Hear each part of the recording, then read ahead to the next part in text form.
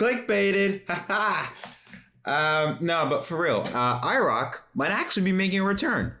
I'm not joking. It might actually be making a return, but it's gonna have a different name.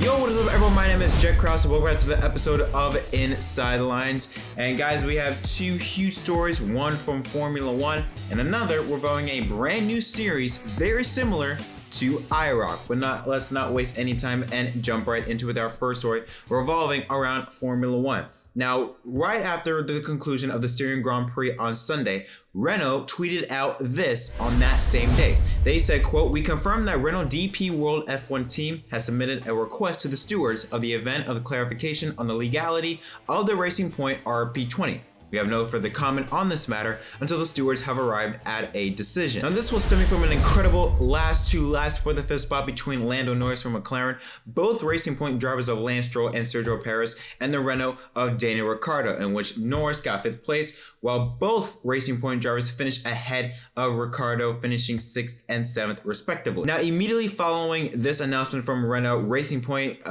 later put out a statement regarding their stance on this protest. They said, quote, "BWT Racing Point F1 team is extremely disappointed to see its results on the Styrian Grand Prix questioned by what it considers to be a misconceived and poorly informed protest. Any and all suggestion of wrongdoing is firmly rejected, and the team will take all steps necessary to ensure the correct application of the regulations to the facts." Prior to the start of the season, the team cooperated fully with the FIA and satisfactorily addressed all questions regarding the origins of the design of the RP20.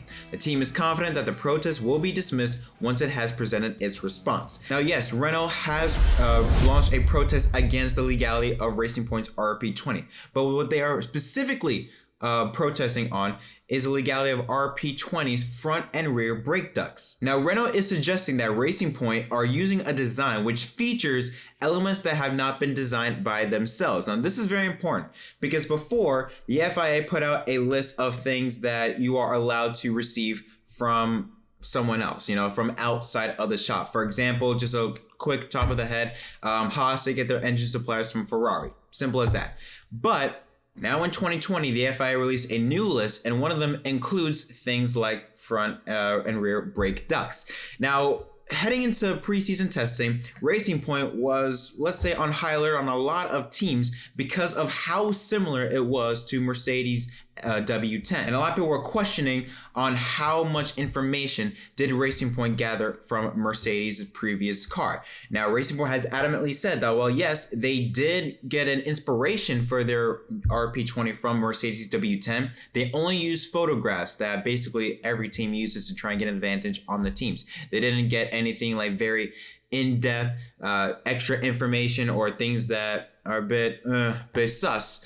They sort of kept within the guidelines, still stayed in the rules, and just used photographs to design their RP20. Now, on Sunday night, the stewards deemed Renault's protest admissible, and so as a result of that, stewards have impounded both brake ducts from both RP20s of Perez and Stroll's cars. And in preparation to analyze both brake ducts, they have ordered Mercedes to provide the same parts from their 2019 W10 for comparison. Now, here's a look at a photograph between Racing Point's RP20 on the left and Mercedes W10 2019 on the right. Now, you can drum your conclusion on whether you think these two are exactly the same. Now, for those of you that aren't in depth or don't know the ins and outs of this whole investigation, probably wondering, well, of course, Racing Point is going to beat this. The FIA, they already went over the race car during the offseason. Well, yes, but you have to understand there's thousands and thousands of parts on a Formula One race car. More than likely, the FIA and Formula One probably did a general, comprehensive, but still a general checklist or a general view of Racing Point's RP20. And keep in mind, inside the brake duct, there is a lot of parts, thousands of small miniature parts going on. So probably, like I said, the FIA probably just did a general view of looking over Racing Point's RP20 and not an extensive overview like what they're going to have to do now with this investigation launched by Renault. Now, Renault's not the first one to sort of call Racing Points out on the similarities between the RP20 and the W10. McLaren has also at least showed their concerns for the legality of Racing Point's car. However, they just said a jab. They just talked about it. They never launched an investigation, never launched a protest or anything of that. All right, so now the question is why would Renault wait until now? Why not do it during preseason testing when Racing Point was really one of the most talked about things going on during preseason testing?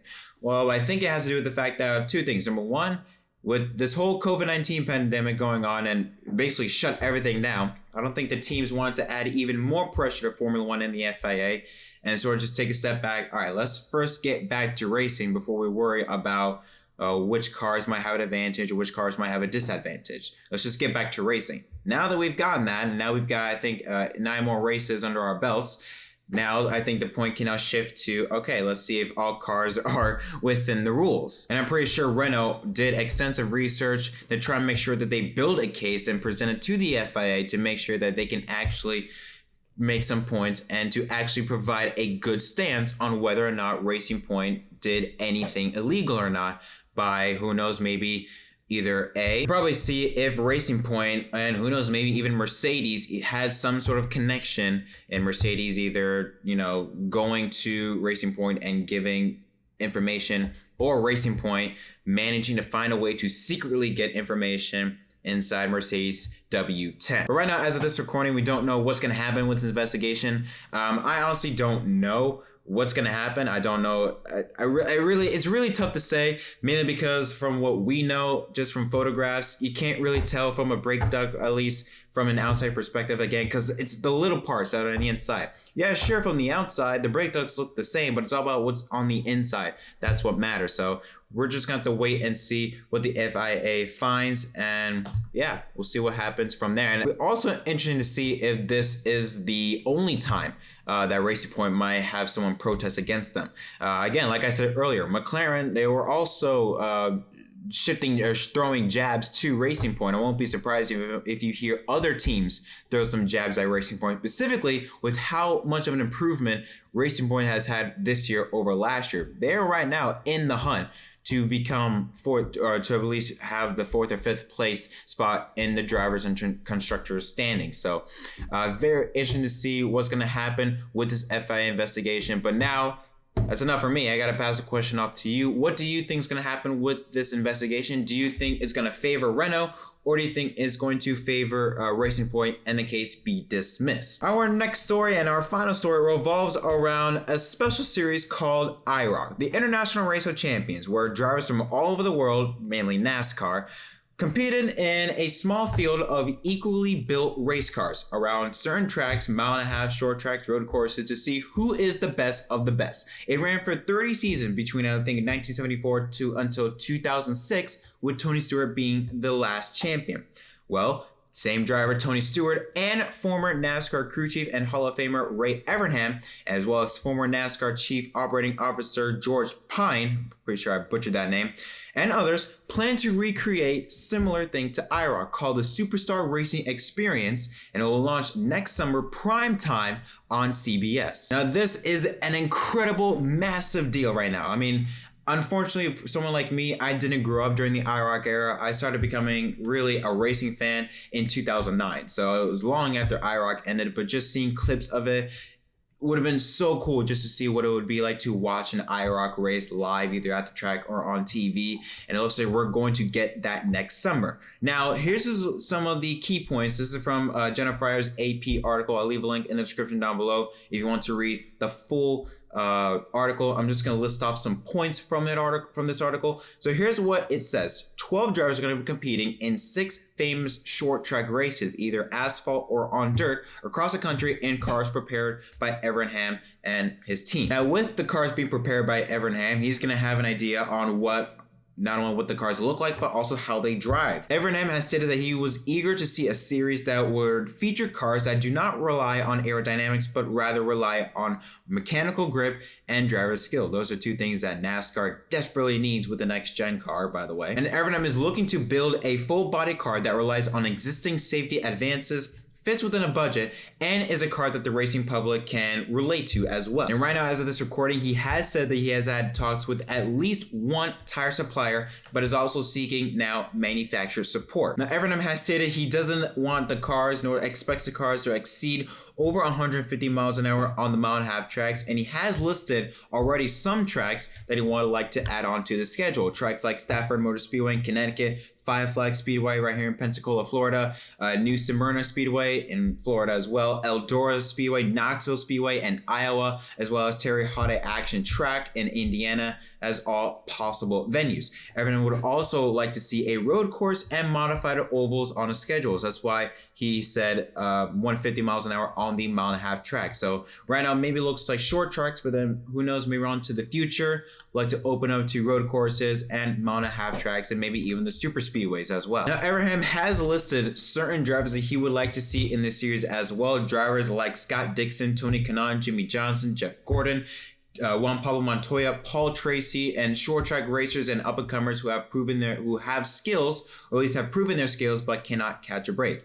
Now, also something I think people should take a look at is SRX Racing's Twitter page and who they're following. I'm going to list off some drivers right now that SRX is following. Danica Patrick, and certain tracks like Lucas Oil Raceway, or many people know the track as IRP, Indianapolis Raceway Park. Catherine Ledge, who competes in the IMSA series. Ken Block, a very famous rally driver. Nashville Fairgrounds Speedway, yes, that one, the right one, not Nashville Super Speedway, as well as Dale Earnhardt Jr. That's all they have followed in terms of drivers and tracks. So, and by the way, that Danica, they just follow her, because I checked about 1 or 2 hours ago, and they didn't follow her, and now they are. So who knows what's going to happen between now and then in terms of the other 11 drivers that are going to be competing next summer, because Tony Stewart is going to be one of the 12 drivers competing in this series. So speaking of Stewart is going to be the main recruiter. He's going to be the one that's going to be going out to drivers, asking them, see who will fit this type of racing series, and is going to begin to start selling the series very soon. He said he wants to lock in drivers before they commit to other things by next summer, as well as work through conflicts that would prohibit their participation. For example, without a manufacturer currently on board, the SRX hopes to avoid branding loyalties that would eliminate a driver from competing in this series. So for example, throwing one out there, let's say Jimmy Johnson is still racing right now. Let's just say, for example, Jimmy Johnson's still racing the Cup Series, and the cars are racing are Ford.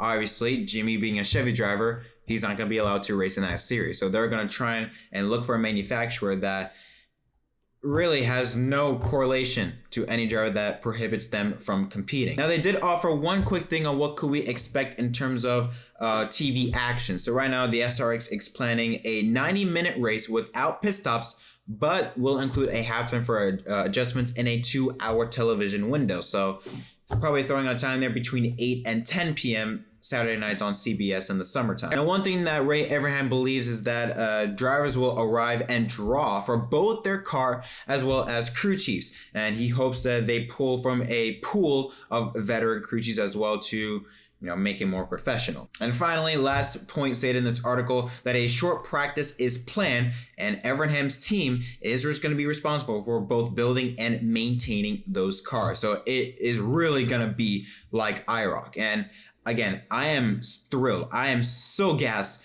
for IROC 2.0. Again, I wasn't able to watch IROC while it was taking place back then, but just looking at their YouTube videos and seeing just great moments from IROC. I look at Atlanta, I think it was 2005 or 2006, that incredible 2 or 3 minute clip of them just racing 3 wide, I think even 4 wide at Atlanta. I'm sure it was a very, very awesome time as a race fan. And to be honest, I think I was surprised at least, mainly because you hear drivers nowadays that they want an IROC-type series, but they are not able to do so because their schedule is just so filled. So I think now looking at maybe former drivers or drivers up and coming. So I think maybe looking at former drivers, like SRX has said, looking at former drivers or looking at up and coming drivers that don't have a big of a schedule as some of the active drivers nowadays, like a Kyle Busch or Denny Hamlin or Kevin Harvick, I think it would make for a pretty fun little series. So Very excited about that. Again, SRX competing next summer on CBS. That surprised me that CBS is deciding to jump ship onto motorsports, because outside, I think they did like Lucas Oil off-road racing where you had those trucks that would jump. They have like little humps and you know what I mean? I don't know what I'm saying, but you catch my drift. I can't be bothered explaining. But really, CBS haven't been sort of keen on motorsports since NASCAR left them in 2000. Like, they've aired some races, like they've aired some kart races from the early to mid 2000s, but they never had such a major series, or at least a hype series like this. And for it to be airing prime time on the big CBS network, not the CBS Sports Network, big CBS, that is huge. So obviously, at the time of this recording, that's really all the information we have. Obviously, later on, as we get closer and closer to the end of the year and to the start of 2021, we're going to hear more about drivers that are going to be competing, not only the drivers competing in this series, but also the tracks that the drivers are going to be racing at. But that is going to conclude this episode of Inside the Lines. Guys, what are your thoughts on any of these two stories? Tell me in the comment section down below. Again, what are your thoughts on the Renault and Racing Point poll protest investigation? And what are your thoughts on the SRX? Do you think it's going to be a succeed, or do you think it's going to be a failure? Again, leave all thoughts down below. But until next time, my name is Jeff from MDK. Don't forget to like and subscribe for more content, and I'll see you guys next time.